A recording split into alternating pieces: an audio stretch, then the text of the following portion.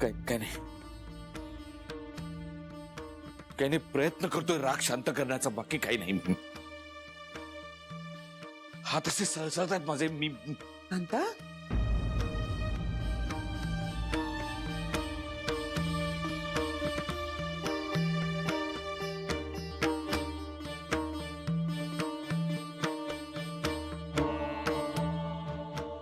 काय झालं रे?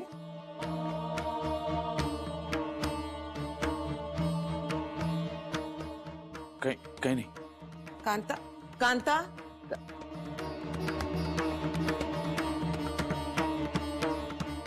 बेबी,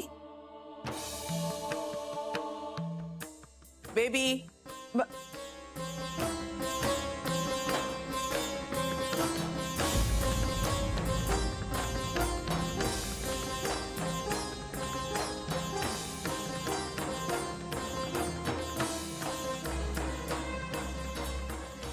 काय झालं? मी चहा टाकते तुमच्यासाठी. जानवी, काय झालंय? कांता ओरडतोय, बेबी फोडाफोड करते, काहीतरी टोकाचं डिस्टर्बिंग घडलंय. लहानपणापासूनची सवय आहे त्यांची. भडाभडा काही बोलता येत नसेल तर असले प्रकार करायचे. रागाच्या बाबतीत बहीण भाऊ शोभतात दोघं. श्रीच्या बद्दल काही घडलंय? श्री बद्दल जान्हवी, माझा विश्वास आहे तुझ्यावर. खोटं बोलण्याबद्दल मला तिडी काय माहित आहे तुला. नंतर 10 खोटी बोलण्यापेक्षा सुरुवातीलाच खरं बोलणं बरं असतं. तसं काहीच नाही आई यायची. मग यांना काय झालं? मला नाही माहिती. तू म्हणतेस तर असेल तसं. जान्हवी, खोटं खोटंच असतं. कुणालाही पाठीशी घालण्यासाठी बोललं गेलं असलं तरी ते समर्थनीय नसतं. मी तुझ्यावर विश्वास ठेवते. विश्वास कमवायला वेळ लागतो जान्हवी, गमवायला एक क्षण पुरतो. अगं आई, चहा देऊ तुम्हाला? नको नको. काय काय झालंय काय सगळ्यांना? नाश्ताही केला नाहीये कोणी. आधी सांगितलं असतं तर केलंच नसतं ना एवढं सगळं. कोणीच नाश्ता नाही केला? कोणीच नाही. जेवणाचे डबेही नको म्हणतात. कोण म्हणाला असं? सगळेच.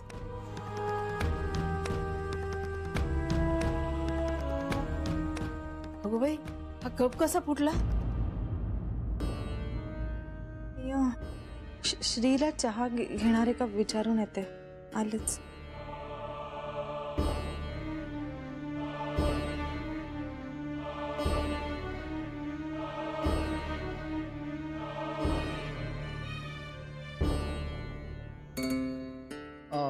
मी आत येऊ का?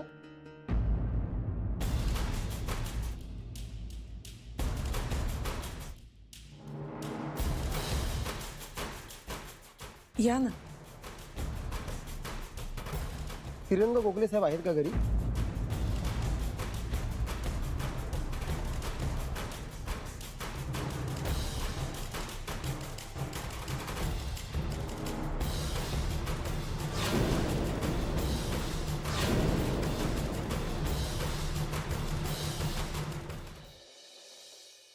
श्री, ऐक, आयजींना बहुतेक संशय आलाय. काय? हो, म्हणजे त्या तसं विचारत होत्या मला. पण म्हणजे तू सांगितलंस?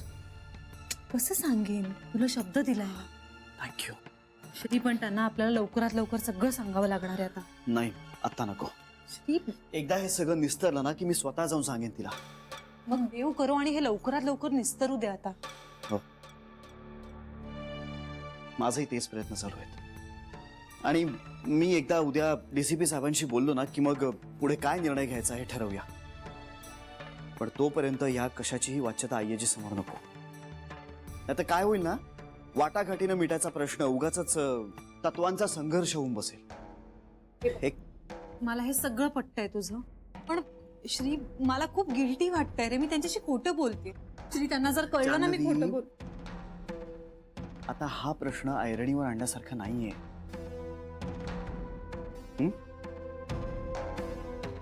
आलोच.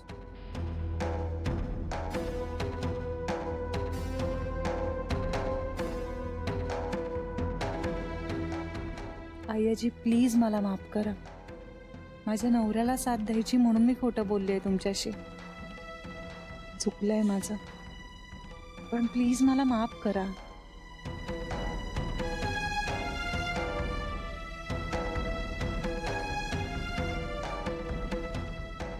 भाऊ 12 ठिकाणी गोखल्याचा पुतळा जाळला बर का. 12. साहेब, विघ्नेश्वर बेकरचे सगळे होर्डिंग तोडले. माल जप्त केला की नाही? दुकानात घुसून मालाची पाकिटेही फोडली. पण भाऊ, त्या गोखल्याची आहे ना पोलीस कंप्लेंटच घेत नाही. काय होते त्याचं कळतच नाही पोलिसात. फार वरपर्यंत पोहोचलाय साहेब तो. हा ना, म्हणजे पहिले छूट तर पोलिसांनी कंप्लेंटच घेतली. आम्ही फोर्स केला तेव्हा कंप्लेंट घेतली तो ऍक्शन घ्या ना. असा दट्ट्या दिलाय ना भाऊ. तर उद्याच्या उद्या त्या गोखल्याला ठेसना चौकशीला नाही ना मुलीला तर नाव बदलून ठेवीन बर का. तसंही ते बदलावंच लागेल तुला. हा? मला ते का? जास्त उड्या मारतोयस ना. चुकून जरी त्या गोखल्यानं बघितलं ना तुला तर हे का आणि कोण करतंय हे सगळं कळेल त्याला. मग कशाला येतोय तो तुझ्या ठेसनात चौकशी करायला? हा विलास, तू आणि अनिलराव तुम्ही कोणालाही दिसता कामा नये. हे सगळं शुद्ध धार्मिक भावनेनं चाललंय असंच लोकांच्या पुढे आलं पाहिजे. हा जरा आते साहेब आत येऊ. हा ये.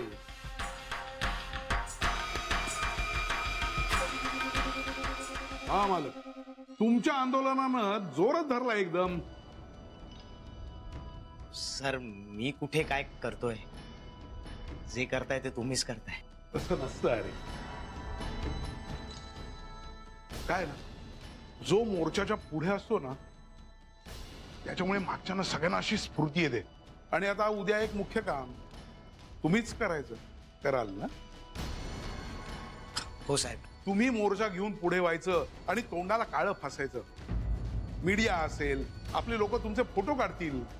हे चांगला फोटोग्राफर नाही अरे बरोबर. एकदम बेस्ट देणार भाऊ. साहेब, काळं फासायचं? हो, तोंडाला. घरात घुसून पाठीमागे आपला मॉब असेल, टेन्शन नाही घ्यायचं. काळं कोणाला फासायचं तेवढं? गोखले, भागीरथी गोखले आणि श्रीरंग गोखले.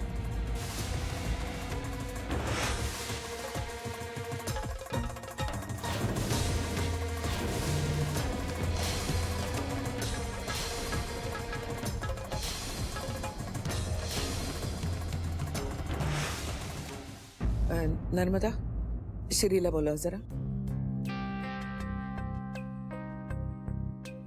बोला इन्स्पेक्टर. मॅडम, तुमच्या कंपनीच्या विरोधात तक्रार केली गेली. काय? कंपनी विरुद्ध तक्रार? कोणी? कशाबद्दल? हो मॅडम, म्हणजे तुमच्याकडून देवाच्या मूर्तीची किंवा देवाची विटंबना होईल असं काही झालंय का? नाही हो, असं कसं करू आम्ही? पण काय झालंय काय? मॅडम, कसं आहे की धर्मचैतन्य नावाची एक मोठी संस्था आहे. खूप फॉलोअर्स आहेत त्याचे आणि बरीच कनेक्शन्स आहेत. त्यांनी तुमच्या विरोधात तक्रार केली पण काय? की तुम्ही देवाचा अपमान केल्याशी. हो, असं कसं करू आम्ही? आजपर्यंत आमच्या कंपनीकडे कोणी बोटही दाखवू शकलेलं नाहीये. हे नक्की काहीतरी कुभांड रचलंय आमच्या विरुद्ध. हो मॅडम, त्याचाच शोध घ्यायचा आहे आम्हाला. आणि आता तर गोखले साहेबांना चौकशीसाठी पोलीस स्टेशनला यावंच लागेल. पण कसं आहे मॅडम, आमच्या साहेबांनी तुमच्याशी येऊन प्रत्यक्ष बोला असं सांगितलं, म्हणून मी इथे आलो. त्यामुळे मॅडम, नेमकं काय घडलं हे जर मला कळलं तर खूप बरं होईल. पण झालं कधी हे सगळं? साधारण 2-3 दिवसापूर्वी कंप्लेंट झाली.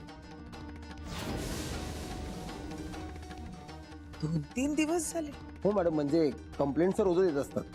अगदी कसलेही कंप्लेंट्स येतात. पण कसं आहे मॅडम की पूर्ण शहानिशा केल्याशिवाय आम्ही त्यांना एंटरटेनही करत नाही. कोण कोणत्या हेतूने तक्रार करतोय हे सुद्धा आम्हाला पाहावं लागतं. आणि मॅडम, गोखले साहेबांचे आणि आमच्या DCP साहेबांचे संबंध खूप चांगले आहेत, म्हणून आम्ही अजूनपर्यंत काही ॲक्शन घेतली नव्हती.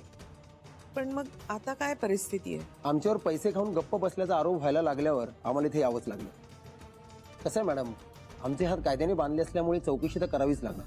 पण तुम्ही काय टेन्शन घेऊ नका, फार काही नसेल. आणि आता कोणीतरी कुरापत काढलीच आहे तर लक्ष घालावंच लागणार. ठीक आहे मॅडम, मी गोखले साहेबांची वाट पाहतो.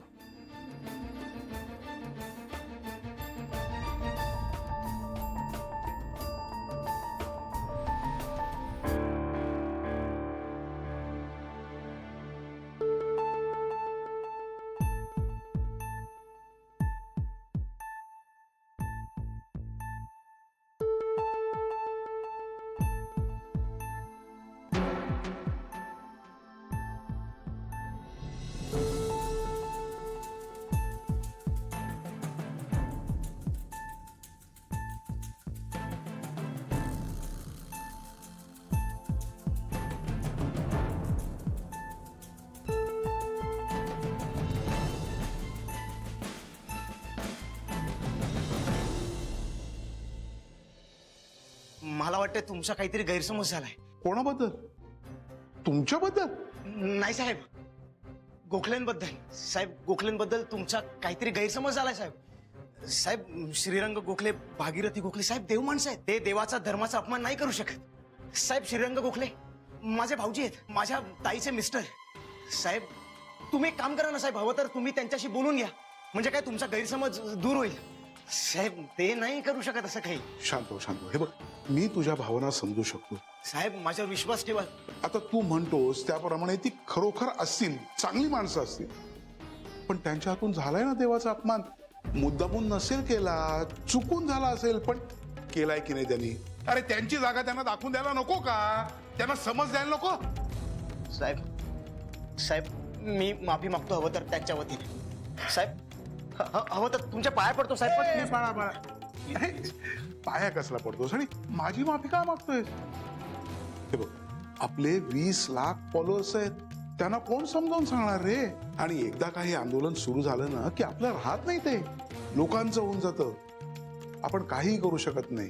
साहेब प्लीज असं नका ना म्हणू साहेब. साहेब प्लीज असं नका करू साहेब, प्लीज. मी आता तुझ्यासाठी फक्त एवढंच करू शकतो, तुझ्या भाऊजींच्या जीवाला धक्का लागणार नाही एवढं मी बघेन. साहेब असं नका करू, हवं तर मी नोकरी सोडतो साहेब. तू कॉन्ट्रॅक्टवर सही केलीस ना, आणि आता मध्येच तू नोकरी सोडलीस ना तर 10 वर्ष आत जाशील.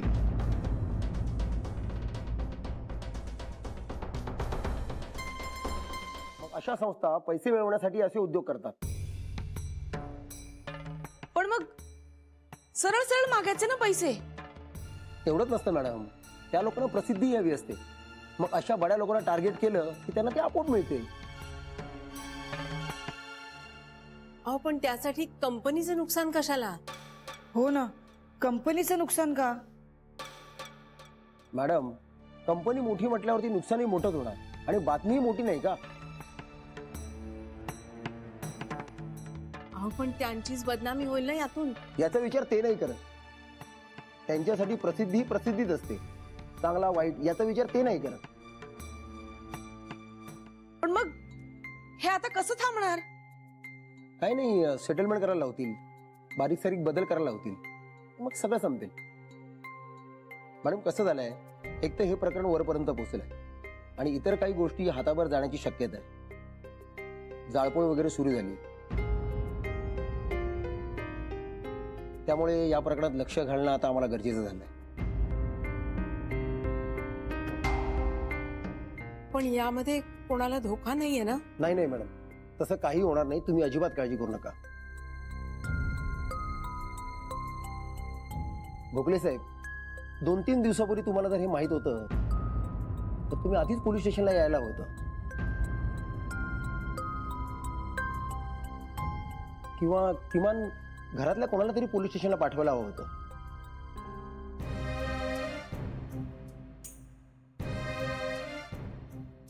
तुम्ही फुकट वेळ वाया घालवला. कसं आहे साहेब, तुम्ही या सगळ्या गोष्टींकडे खूप लाईटली बघता आणि मग असं हे प्रकरण हाताबाहेर जातं.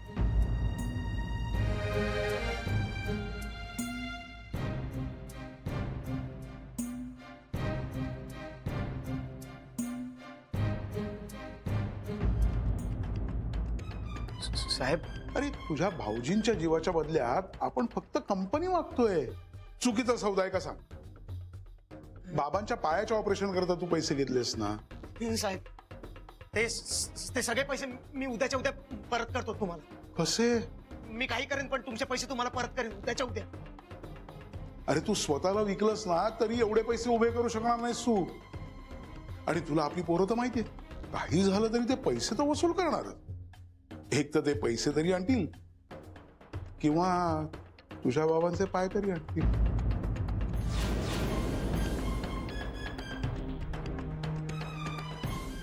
पायाच्या ऑपरेशनचा पैसा आहे ना तू, मग पैसे तरी दे, नाही तर पाय. काय करशील? वडिलांचे पाय की ताई?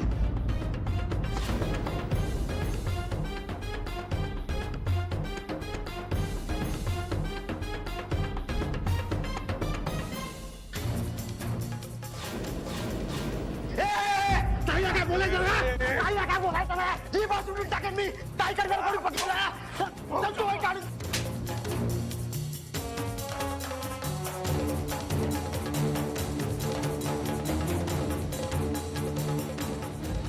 त्यामुळे चौकशीसाठी तुम्हाला पोलीस स्टेशनला यावंच लागेल. पण त्याची गरज काय? कसं आहे मॅडम, त्यांनी तुमच्या आधी तुमच्या विरोधात कंप्लेंट केली म्हणून तुम्हाला चौकशीसाठी यावं लागेल. पण म्हणून त्यांची बाजू न्याय्य होऊ शकत नाही इन्स्पेक्टर. मॅडम पण तसा रूलच आहे. गोखले साहेब तुम्ही एक काम करा, पोलीस स्टेशनला या आणि समोरासमोर बसून काय ते मिटवून टाका. एक मिनिट, मिटवून टाका म्हणजे? म्हणजे नावात काय तो बदल करा, माफीनाम्यावर सही करा आणि सामंजस्याने हे प्रकरण मिटवून टाका. कसं आहे मॅडम, या लहानसहान गोष्टी उगाच वाढवण्यात काहीच अर्थ नाही. शेवटी नुकसान आपलंच आहे ना. इन्स्पेक्टर साहेब मी विचार करतो. नाही, विघ्नेश्वर बेकर्स असं नाव देऊन आम्ही काही चूक केली असं मला नाही वाटत. त्यामुळे माफी मागण्याचा प्रश्नच नाही. मॅडम मग हे प्रकरण मिटणार कसं? ज्याची सुरुवात आम्ही केलेली नाही ते मिटवणं आमच्या हातात नाही इन्स्पेक्टर. कसं आहे मॅडम की कोणाच्या भावना दुखावल्या गेल्या ना त्या आमच्या दगडाखाली येतात. आणि तुमच्या भावना चुकीच्या दुखावल्या असंही आम्हाला म्हणता येत नाही. आणि प्रकरण आम्हाला हाताबाहेर जाऊ द्यायचं नसतं. पण आम्ही नाव ठेवताना देवावरच्या श्रद्धेतूनच ठेवलंय. यात कुणाच्याही भावना दुखावण्याचा हेतू नव्हता आमचा. आणि तरीही त्या दुखावल्या जात असतील तर तो त्यांचा प्रॉब्लेम आहे. अशा बेसलेस गोष्टींच्या बाबतीत नमतं घेणं चूक आहे असं मला वाटतं. अशानं त्या लोकांना प्रोत्साहन मिळतं आणि ते माझ्या तत्वात बसत नाही.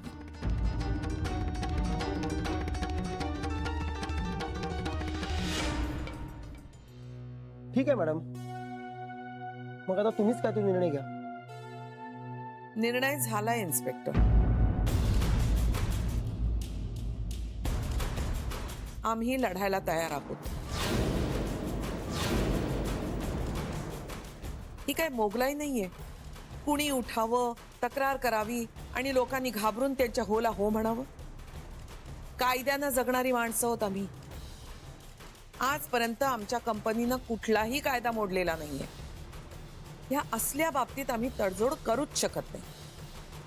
कुणीही अशी वेगळी स्वयंघोषित न्याय व्यवस्था सुरू करण्याचा प्रयत्न करत असेल तर तो आपण हाणून पाडलाच पाहिजे. आम्ही असल्या धार्मिक दहशतवादापुढे अजिबात झुकणार नाही.